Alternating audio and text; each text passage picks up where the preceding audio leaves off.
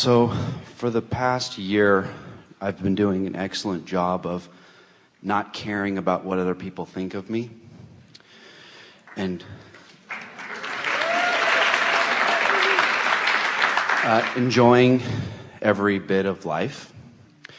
And recently, I decided to really care about what someone thought of me. So I'm wondering where I went wrong. Because Well, here's the thing that's tricky about this, because we can glibly say to you that you're expanding and this is the standard that you want to find harmony with, and you really have to get to a place where you don't give a rip what anybody else thinks, because there's too many moving parts. And if you're trying to stand on your head to please that one or that one or that one or that one or that one, you really can only have one person in your life like that, because if there are two and they want something slightly different, then you don't know what to do.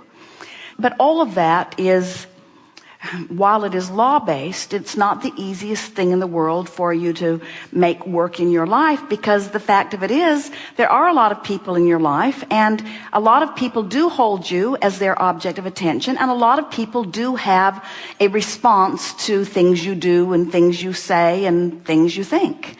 In other words, you're getting constant feedback. So if you've been trained, like most people do, to try to offer behavior that produces pleasing responses from them, then life's really busy for you.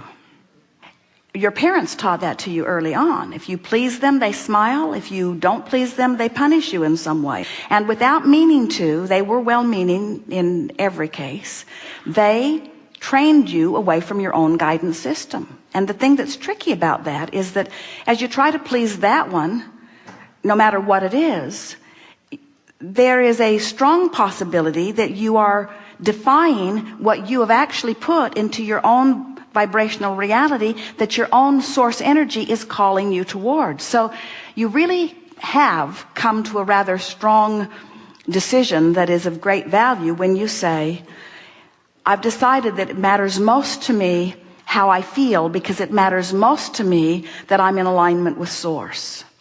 But then it turns out that it all kind of fits together nicely, because for you to be in alignment with source, you must think loving and appreciative thoughts of whoever is your object of attention.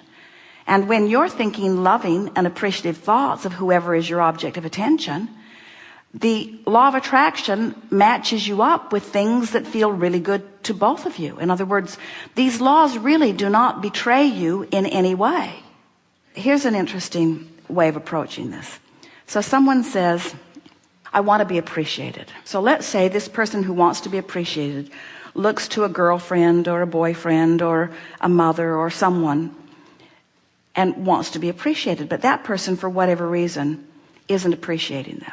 Now, when we say for whatever reason, what we really mean is you're not evoking it, and so law of attraction is not matching you up with it. But when you're not being appreciated, it feels to you like it's their fault. They should be more appreciating, because if they were really doing their job, they would appreciate me regardless of the vibe I'm giving off, which isn't true, but that's the way you feel when you're not in the vortex. So then let's say this person who wants to be appreciated but isn't being appreciated says to their inner being, or to Abraham, Abraham, that person won't appreciate me, so I would like you to. I want to feel your appreciation. Well, now the interesting thing about reaching to your source for appreciation is that you gotta be in the vicinity of your source in order to feel it, because your source is offering it all the time. That's the appreciation we want you to be reaching for, not from the peanut gallery. But now, hear how this plays out. So, okay, Abraham, I want to feel your appreciation, so I'm going to tune myself to feeling your appreciation. Guess what happens when you tune yourself to feeling the appreciation of your source? Your lover appreciates you too, because it was you all along. Isn't that interesting? yes. Oh, now you appreciate me. Now I've tuned myself to source. Oh, now you'll appreciate me. Where were you when I needed you? Well, that's just the way the laws of the universe work, you see. So when you say, I'm not going to give a rip what anyone thinks, we want to modify that by saying, you can't help but care about them because you've put so much of them in your vortex. You have created a version of them in your vibrational reality. And the version of them, oh, this is so good. The version of them that you've put into your vibrational reality is someone who loves, and someone who's stable, and someone who's sure, and someone who knows you and loves you and wants to be with you. That's the version of them that you've put there, you see. And so it's your job to see that version, and only that version, no matter how they're behaving. And that's the tricky thing, because some of them are loud. Some of them are just really in your face, not behaving the way you'd like them to behave. You have to hold to your picture of what you are wanting, or put yourself in a place where at least you're not seeing so much of what you don't want. Don't you think that's a good way of looking at this? That when you reach for the love that Source will always give you, in order to find it, you got to tune yourself to it. And when you tune yourself to it, then only that part of others can show themselves to you. That's why we say, line up with who you are, and then everything else takes care of itself. Law of attraction sees to it. Okay. Now, we know you understand the theory of that. Want to talk about it in detail? A little. I felt like I did that in 2009, and at the end of the year... Well, we don't care about 2009. Okay. We don't care about 2010. We don't care about what you call today. This vibrational reality is bigger and faster. It's where it's at. Listen to this. Your vibrational reality, which is manifestation yet to come, but vibration already in place, from our point of view, is present tense. And your reality that you're living right now, boom, there it went again, there it went again, there it went again, there it went again, there it went again, there it went again, there it went again. Past tense, past tense, past tense doesn't mean diddly squat. It's already done its work. It put it here. This is where it's at. I agree. All that matters is how you feel now, because now and how you feel is the juncture where you meet you. How you doing? I'm lonely. Then you're not doing well. I'm ornery. Then you're not doing well. I'm hopeful. Better. I'm overwhelmed. Not so good. I'm hopeful. Better. In other words, how you doing? How you doing? I agree 100%.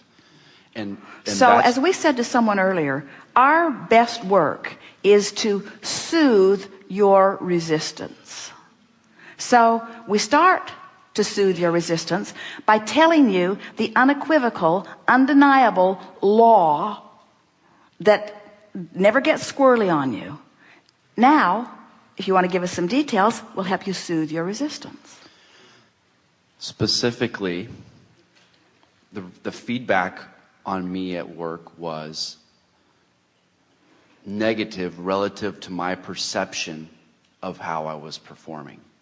And so now, as I went through a year of work and enjoyed and had passion and love and desire for the things I was doing and saved the company $20 million, at the end of the year, I hear negative feedback to how I performed. All right, so consider this. You can only get negative feedback from people outside the vortex. I agree. So why would you care what someone out of the vortex says to you when it's 100% probability of it being negative? So where do we suggest you get your feedback from? Source. And what do you think Source is saying about that? We really want to jump in here so that you get it. You care what they think. I agree. That's like asking someone who doesn't have any money to give you a loan. And the degree to my discomfort is inevitable, or is seen with the degree at which my rating was to my perception. That's all flawed. This is what it is. Okay. This is the reason you feel so bad. It hasn't got anything to do with them. It's that you have expectations of yourself that when you give attention to their negative rating takes you apart from who you are. It's not their statistics that are messing you up. It's your own. In other words, this will feel a little off the subject, but it really isn't. It's right on. Someone will say, this rascal, often it's a lover or an employer, this person has made me so frustrated and angry, and in the process, I have asked for this, and asked for this, and asked for this. So that person is responsible for enormous expansion. My vortex is spinning faster and my inner being is standing taller because of that rascally rascal. So that person is the reason that I expanded. And that person is also the reason that I don't take my expansion, because I'm looking and listening to what that person says. Correct. So we think you had a good idea in the beginning not to give a rip what that person thinks. But that's not going far enough. You have to thank them and their trouble for the expansion that they affected in you. You see, you're not upset because their rating of you isn't pleasing them. You're upset because your attention to their negativity is not who you are. Can you feel that? Yes. And you said some words that were very telling in that, because you kept saying, my perception and their perception. Their perception of me doesn't measure up to my perception of me. And we say, no, that's not what it is. Your perception of you isn't matching up to your perception of you. They are irrelevant. They were only fodder for your expansion. Thank you.